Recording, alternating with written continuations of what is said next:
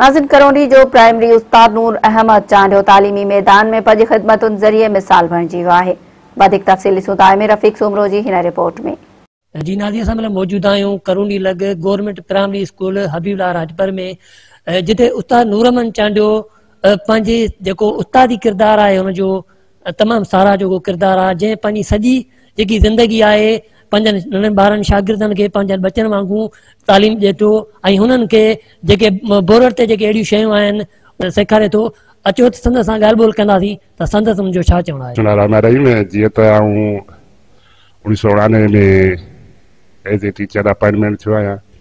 उनखां पोइ पंहिंजे पेशे सां सचाई आहे ऐं इंशाअल्लाह रहंदी जेसिताईं नौकिरी आहे ड्यूटी आहे। ऐं ही शिकिलियूं जेके आहिनि मां पंहिंजे शौक़ सां शौक़ विचां ऐं पंहिंजे दिलचस्पी जे करे ठाहींदो आहियां। स्पेशल टीचर न आहियां मां ड्राइंग जो, बाक़ी हिननि खे शिकिलियूं ठाहे बोर्ड ते ॿारनि खे सम्झाइण में असांखे आसानी थिए थी। ॿार दिलचस्पी वठनि था, ॿार उहे ॻाल्हियूं यादि कनि था।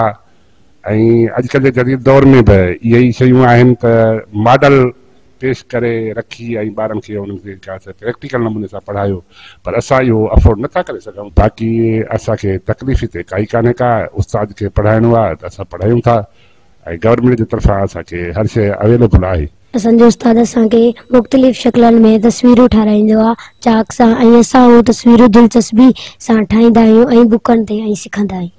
असांजो उस्ताद बहितरीनु उस्ताद। फारूक भट्टी सां गॾु रफ़ीक सुमरो, मेरान टीवी, करौंडी।